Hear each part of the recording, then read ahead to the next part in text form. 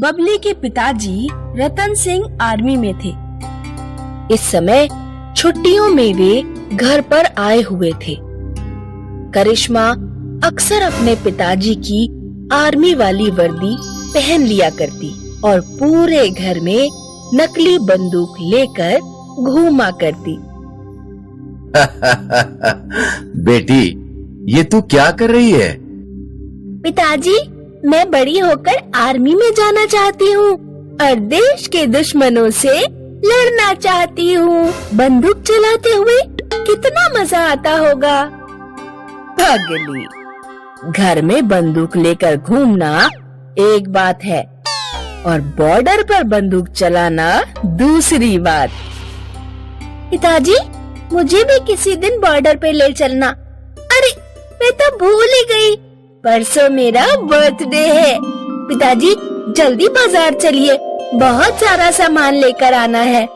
करिश्मा के बर्थडे के एक दिन पहले ही रतन सिंह का फोन आ जाता है। जी सर, बस मैं निकल रहा हूँ। क्या हुआ पापा, किसका फोन था? बेटा, मुझे अभी लद्दाख निकलना होगा। लगता है बॉर्डर पर चाइना के साथ कुछ प्रॉब्लम हो गई है। पिताजी, क्या आप एक दिन और नहीं रुक सकते? मेरा बर्थडे मनाकर ही जाते। नहीं बेटा, मुझे जाना होगा। आर्मी वालों के लिए सबसे पहले उनकी ड्यूटी, उनका देश महत्वपूर्ण है। करिश्मा आंखों में आंसू लिए अपने पिता को गुड बाय कहती है। रतन सिंह लद्दाख में चीन की सीमा से लगे अपने कैंप पर पहुंचते हैं। रतन सिंह, मैं तुम्हारा ही इंतजार कर रहा था। अरे राम बहादुर, तुम कब आए? मैं 2 दिन पहले ही यहाँ पहुंच गया था। क्या बॉर्डर पर कुछ हुआ है? हाँ, चीन के कुछ सैनिक हमारी सीमा में घुस आए हैं। आज शाम को चीन के साथ मीटिंग होगी। इंडिया के आर्मी ऑफिसर की चाइना के ऑफिसर से बात होती है। दोनों देशों में ये सहमति बनती है कि कोई किसी की सीमा में नहीं घुसेगा। रतन सिंह और बाकी आर्मी ऑफिसर कैंप में वापस आ जाते हैं।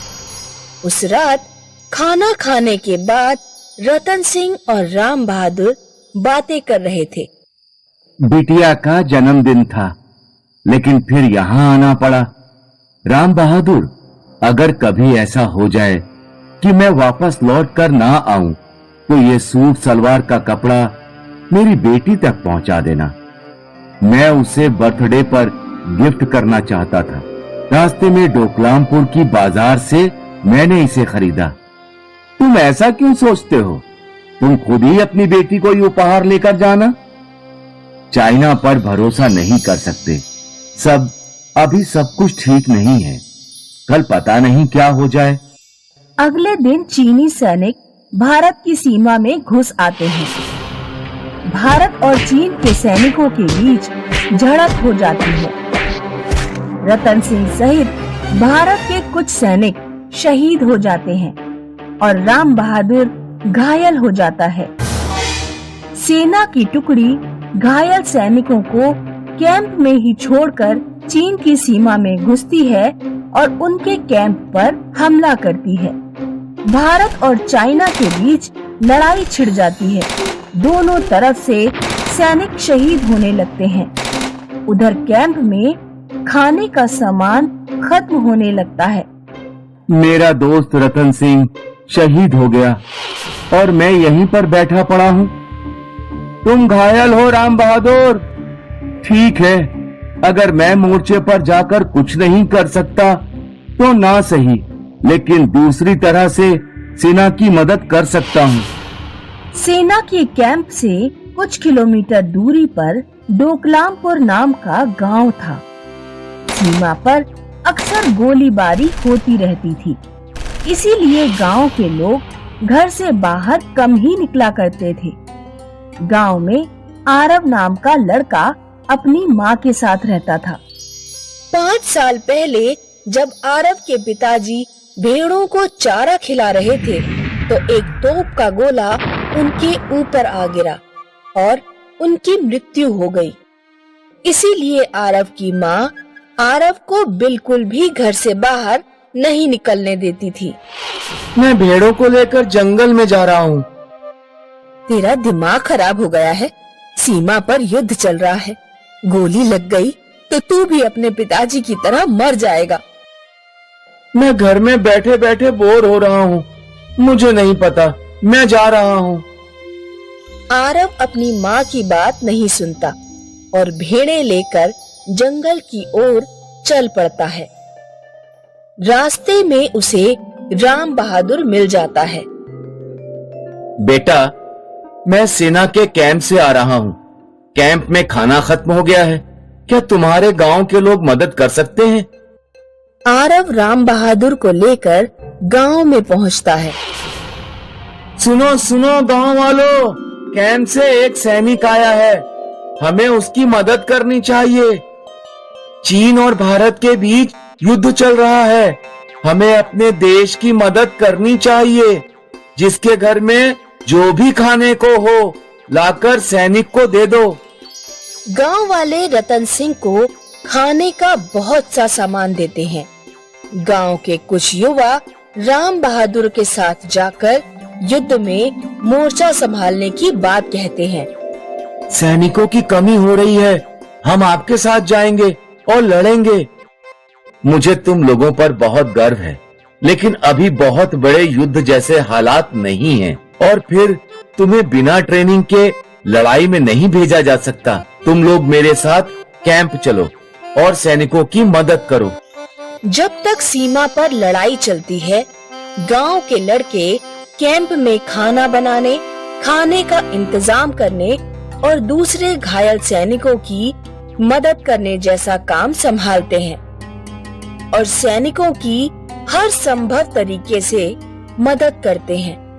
लड़ाई में चीन और भारत दोनों को ही लगभग बराबर नुकसान हुआ। आखिरकार चीन को अपनी मनमानी रोकनी पड़ी और उसने अपने सैनिकों को पीछे हटा लिया। सीनियर आर्मी ऑफिसर ने गांव के लड़कों को सम्मानित किया।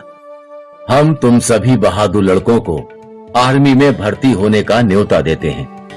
राम बहादुर अपने दोस्त रतन सिंह से किए गए वादे के अनुसार रतन सिंह के घर पहुंचा और रतन सिंह की बेटी करिश्मा को सलवार सूट का कपड़ा दिया। तुम्हारे पिता एक सच्चे योद्धा थे। मुझे अपने पिताजी पर बहुत गर्व है। मैं भी बड़े होकर आर्मी में भर्ती होना चाहूंगी।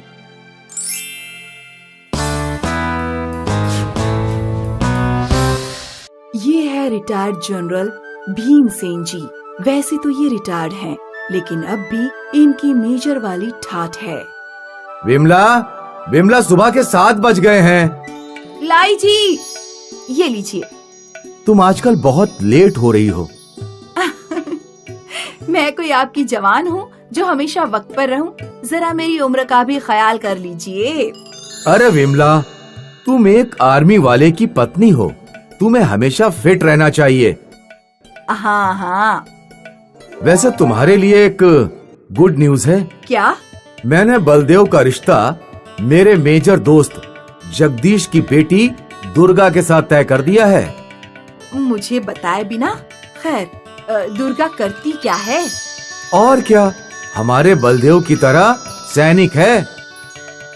क्या, आर्मी वाली बहू? हाँ, ऐसी बहू जो देश की सेवा कर रही है। वो सब तो ठीक है, लेकिन मैं ऐसी बहू चाहती थी जो हमारी सेवा करे, हमारे साथ रहे। हमारी सेवा? क्यों? हमें क्या हुआ? तुम्हें तो गर्व होना चाहिए कि तुम्हारी होने वाली बहू सैनिक है। पर मेरी बात तो सुनिए।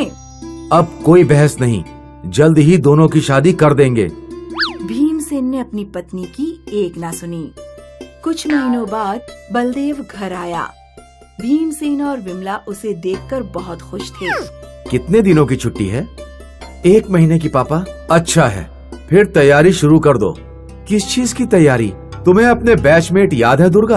हाँ, मैंने तुम्हारी और दुर्गा की शादी तय कर दी है।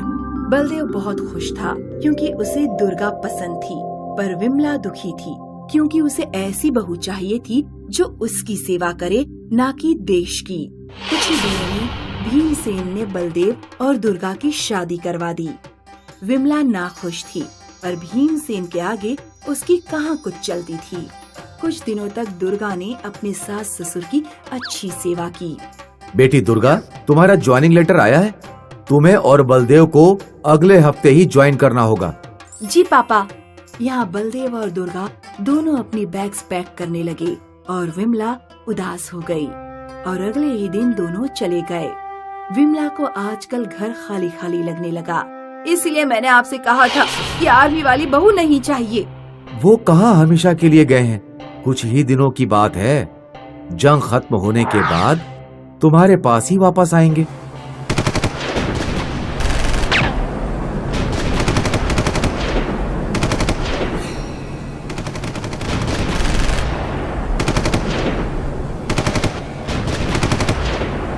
यहाँ दुर्गा और बलदेव और उनके कुछ साथी आतंकवादियों से लड़ रहे थे।